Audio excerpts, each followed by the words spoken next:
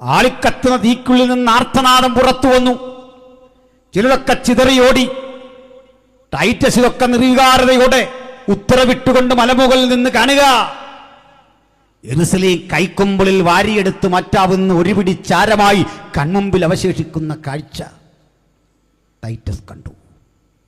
മാസങ്ങൾ നീണ്ടുനിന്ന തീയണഞ്ഞപ്പോൾ ആരോ ടൈറ്റസിനോട് പറഞ്ഞു, സർ, ഇതിനകത്തെ വിലമതിക്കാനാവാത്ത സ്വർണ്ണ നിക്ഷേപങ്ങളുണ്ട്, വഴിപാടുകൾ, അതെടുക്കണം.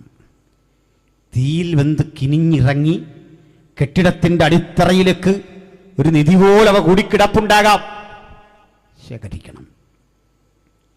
ഇരുമ്പ് കലപ്പകൾ കൊണ്ട്, ആനകളെ വരുത്തി ഇരുമ്പ് കലപ്പകൾ കൊണ്ട് ഈ കല്ലുകൾ ഓരോന്ന്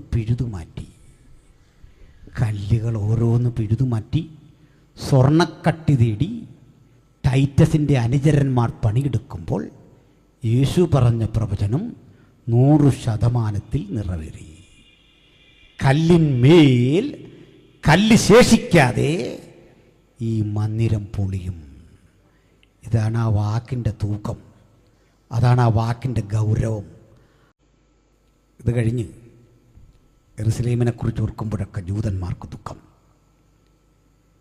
അന്നൊരു കൽപ്പന പുറപ്പെട്ടു, ഇനിയൊരു യഹൂദനെയും യെരൂശലേമിൽ കാണരുത്. അങ്ങനെ ജൂതന്മാരുടെ നല്ലൊരു ഭാഗം AD 70 തന്നെ ഇവിടം വിട്ടു.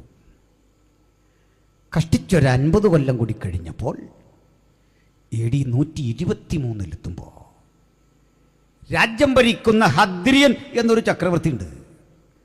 അയാളൊരു ഉത്തരവ് ശക്തിപ്പെടുത്തി. യെരൂശലേമിലെന്നല്ല, പാലസ്തീനിയായുടെ 120 മൈൽ ചുറ്റളവിലെവിടെയും ഒരൊറ്റ യഹൂദനെ കാണാൻ പാടില്ല. പൊകൊള്ളാൻ വൈപ്പ് ഔട്ട് ചെയ്തു, തുടച്ച് നീക്കി യഹൂദനെ. ഇനിയേ